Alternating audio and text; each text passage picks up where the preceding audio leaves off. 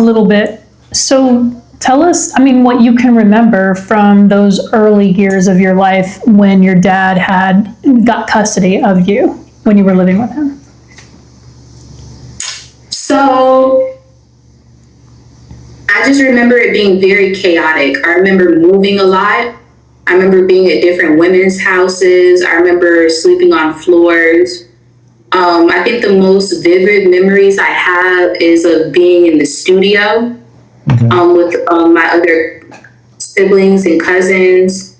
And I remember that because my dad had us, that was one of the times my dad had us in the studio the whole day, and he didn't feed us once. And he didn't feed us until we left late that night. And then my second memory is of sleeping on the floor at one of his girlfriend's house. And that was my first time watching porn. Wow. How old were you? I had to be between the ages of 1 and 3. Wow. So wait, he was watching porn in front of you?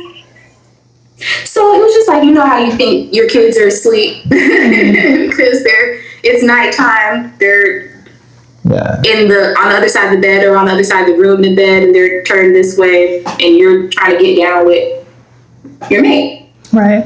Yeah, I'm sorry. That's wild, man. That is wild. Yeah. So, where was your mom at this point? So I have never been in the custody of my mother. My mother lost custody of me as soon as I was born. So okay, I'm a social worker. So I've and I did work in child services for quite a while. But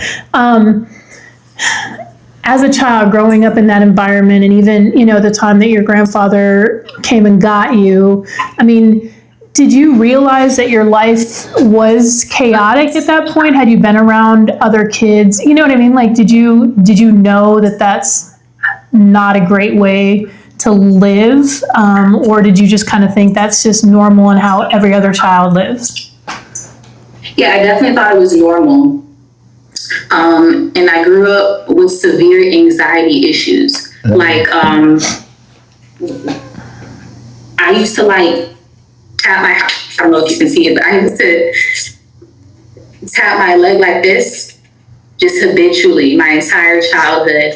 I used to always have my hands in my hair. I used to always just be showing these subtle signs of anxiety. Like my nervous system was always in this constant state of excitement and the fight or flight, which I didn't know until I left home at 18.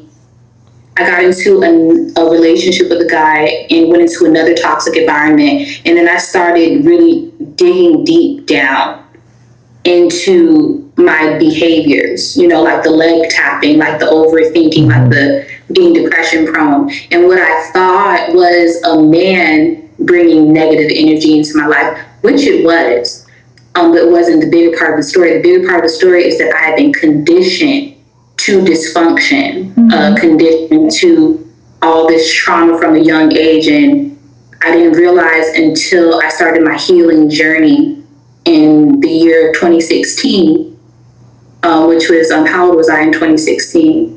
That was the year I graduated college. I was like 22, 21. Yeah. Usually that's the age.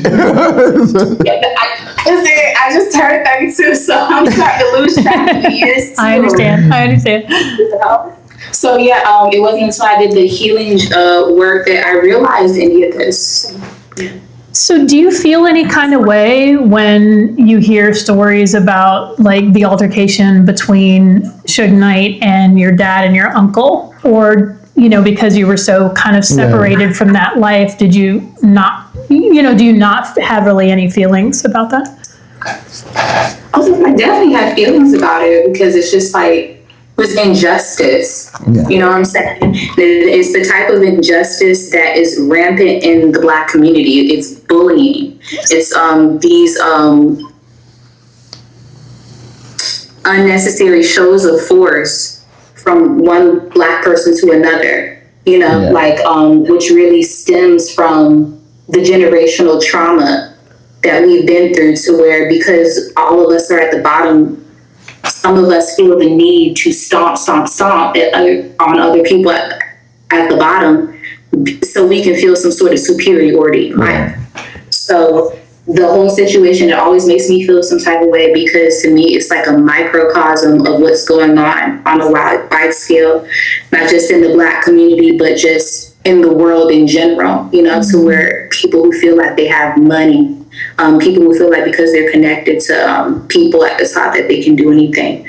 But at the same time, it's just like the parties involved. You know, I can't really say like I'm overly attached, you know, like I don't have a great relationship with my father.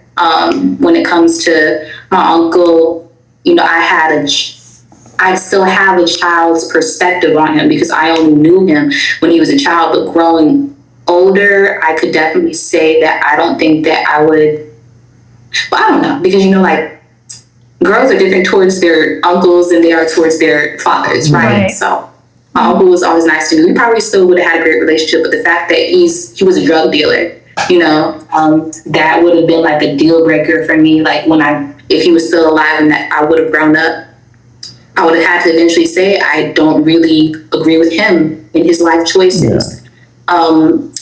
But just all in all, like, I think it was an unfortunate situation, but it was definitely a fated situation, you know, like a situation that came about to really trigger other situations that happened, you know, and all those situations that happened.